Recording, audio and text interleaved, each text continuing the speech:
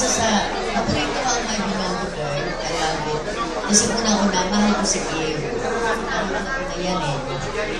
Tapos, kami na Pai, kami na Direk, kasi Direk Malu, first time na ako na naman. Teo, lahat kami nagkakasunduan sa set. Kaya, looking forward kami, every now and then na tumitipin kami. Kaya, mamimiss ko My Beloved Girl. Sana hindi na mag-ending. Ay, bago naman po doon siya. Hindi, kami yung reunion na lang. Reunion. Mag-get-together kayo. Express mo nga. Okay. Mamimiss ko yung samahan namin sa My Beloved Girl. So, ayan, konting katahimikan po sa konti. Mahali na po si Mateo. What was your most memorable? Ako naman po, marami naman po, yung Hong Kong trip namin. Nung pumunta kami sa Hong Kong, yung first month, talagang memorable, nakabanding kami lahat doon, talagang we spent special moments with each other. And also yung mga taping namin, everyday taping, everyday is parang we get to know each other more and more every day. Kasana-sana, gano'n, araw-araw yan, tapos masaya, namiss ko talaga itong phone na to. So, thank you. To si Yan, ang mamimiss ko yung everyday ko silang nakikita. Kasi pag everyday ko silang nakikita, parang sanay na sanay ka nang nakikita yung that person every 7 o'clock in the morning up to 7 o'clock the next day. So parang nakakamiss na parang pagkatapos nito, hindi ko na sila makikita. Ngayon palang nagsisingin sa akin. So, yun, mamimiss ko silang lahat. Yun ang pinakamagandang moment is just seeing them every day.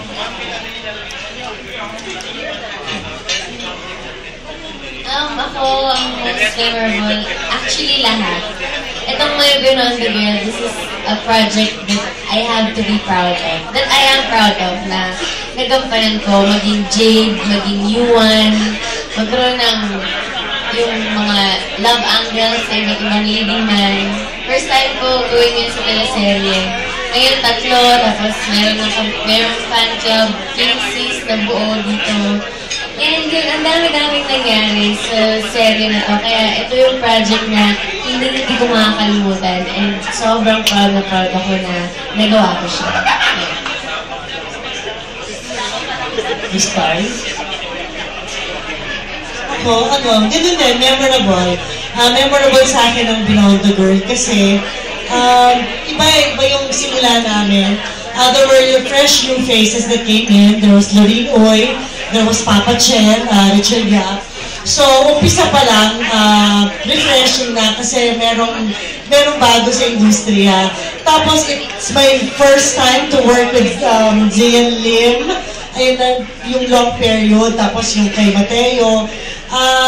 So, yun, memorable yun. Tapos ngayon, napa-ending na kami. Memorable kasi, ang daming laughing na nabuo sa amin. Binuko ko talaga si Ricardo at si Marina Butipay. Tapos nabuo yung laughing. Binuko ko, sorry Nandun ako. Tapos yun kay Zian. Una kasi, di ba nag-upisa yan, kay Kim Onyx, di ba, sa sinking, So maganda yung period na yun. Tapos ngayon, yung discovery na there's such a beautiful couple to see. Si Zian tsaka si Kim. So, memorable. Tapos lahat ng yung friendship na nabuo, gano'n naman kasi pag sa soap, di ba? At the end, nagiging pamilya talaga. So, yun, memorable lahat yun. But all good things has to, di ba?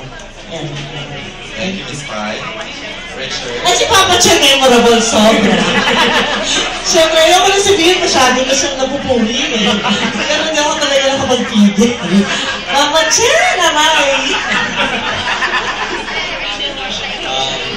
I guess the whole soap is very memorable to me kasi this being my first project, talagang hindi ko makakalimutan to. Siguro may highlights din dun sa being memorable, like the first few days na nag-tape kami. Alam kong pinapahirapan ko yung mga fellow actors ko. Kasi like the first day kaagad, ang ka-eksena kaagad was Miss Ai Ai. So I think that was very memorable for me also. Kasi hirap talaga ako in the beginning. Thank you, Papa Chen. Our last question will come from my Marikina girl, Lola Ador Saluta. Last question niya from Ador. For Sian and Kim, kunin ko lang yung reaction niyo sa sinabi ni Gerald Anderson na siya daw ang #1 fan ng love team ninyo. Oo, nakita ko yan sa patrol. He admitted to being a big fan of the Kim Sian love team. Sa patrol, we report ni Miss Gretchen. Oo. Natuwa ba kayo? Hindi, nagalit. We'll see. Siyempre, thank you kay Gerald. It was nice of him to say that.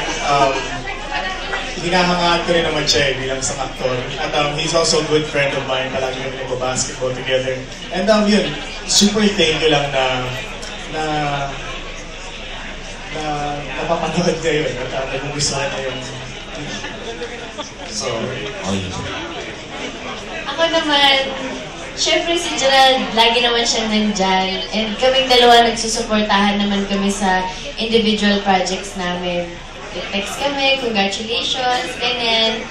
Good friends kami hanggang ngayon. And yun yung maganda sa amin kayo magkaaway. And nandyan yung suporta ng isa't isa. Kaya thankful ako na umabot kami sa ganun. Nice. Okay, Lola? Okay na. Okay. Kim, ito na. We made it to 2011. You're looking forward to 2012. Are you totally healed? I mean, are you okay na talaga? Kailan naman? Okay na talaga ang puso mo ngayon. Hindi ba mukha? Oo naman, pero I wanna hear it from you. Hindi. Okay na okay. And, yes, and I'm happy sa kung ano man nangyari sa buhay ko ngayon. And hindi ko pinagsisihan ang pinagdaanan ko noon. And you can be happier in 2012. Yes, and be happy pa sa next few years. Alright. So with that, Aaron, Happy Chinese New Year! congratulations. Okay, I'd like to hear from the members of the cast. Hihingin natin ang suporta ng mga press at saka ng mga vloggers and the whole TV entertainment crew para sa ating The Dragon finale na ilang weeks na. We're ending on Friday next week. Okay, Papa Chen, the breakthrough star of 2011 and 2012. Again, I'd like to thank all of you from the bottom of my heart. Kasi without you, hindi kami maging ganito ka-successful. And I mean it because I've read all the comments and all the write-ups that you've done. And although I haven't been able to thank you personally, I'm taking this chance now. And please support us for the next week finale namin. Thank you very much. Thank you, Papa Chen. Talaga Papa Chen na siya, hindi na Richard. Si Mama Chen, si Miss Cherry Pie Picat. Hindi yung Mama Chen yung ano. Yung totoong asawa. Oo nga, may ano na si Miss Ay. Hindi. Yung totoong asawa niya. Si Melody. Melody herself. Anyway, of course, ayun, unang-una maraming salamat sa lahat ng suporta.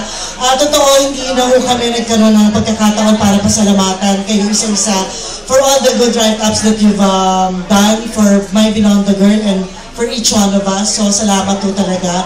Ngayon, nandito na naman po kami sa Dragon Finale. Humihingi po ng suporta nyo na sana huwag niyo po kaming bitawan hanggang sa last 2 weeks ng My Beyond the Girl.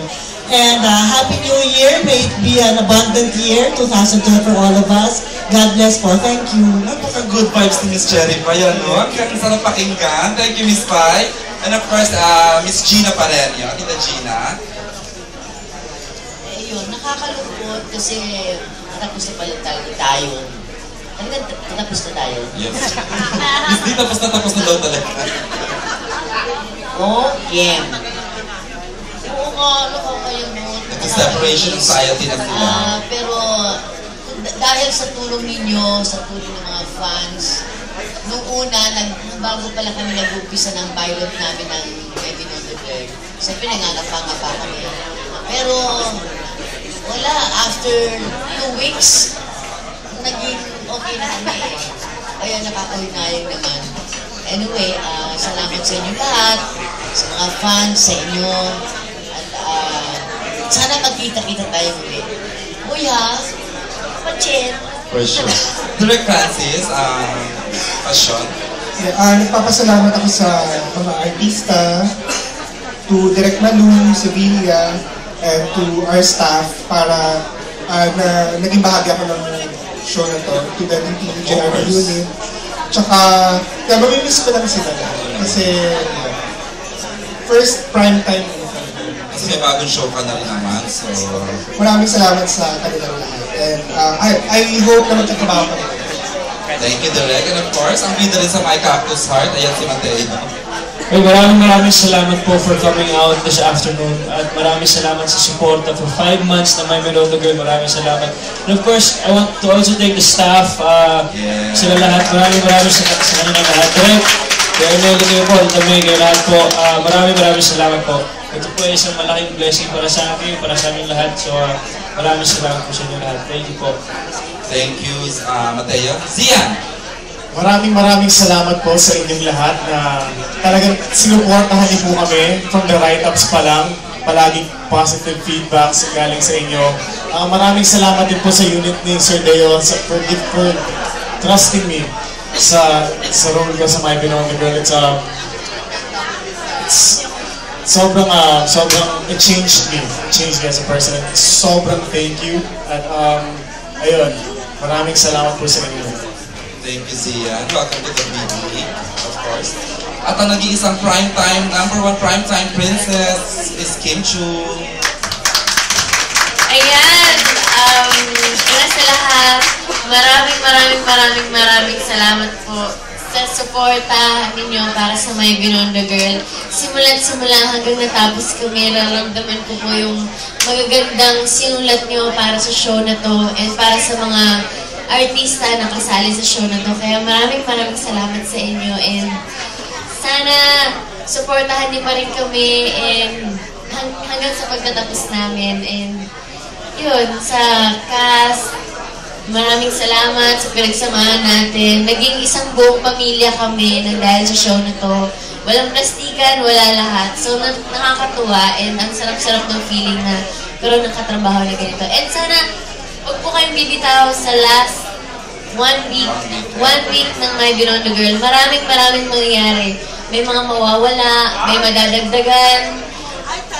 Yes, maraming sorpresa ang dapat abangan next week. May bagong cast sa finale, di ba? Yes, may yun, abangan nyo sino mawawala at kung sinong madadagdag sa My Melondo Girl sa last week namin. Kaya huwag po kayong bibitaw. Maraming salamat po. And on behalf of the unit of Deo and Donal and Julia Benitez, thank you so much for always supporting our unit, our programs, and sa mga susunod pa po nating press kung magkita-kita ulit tayo. Kongay Patchoy!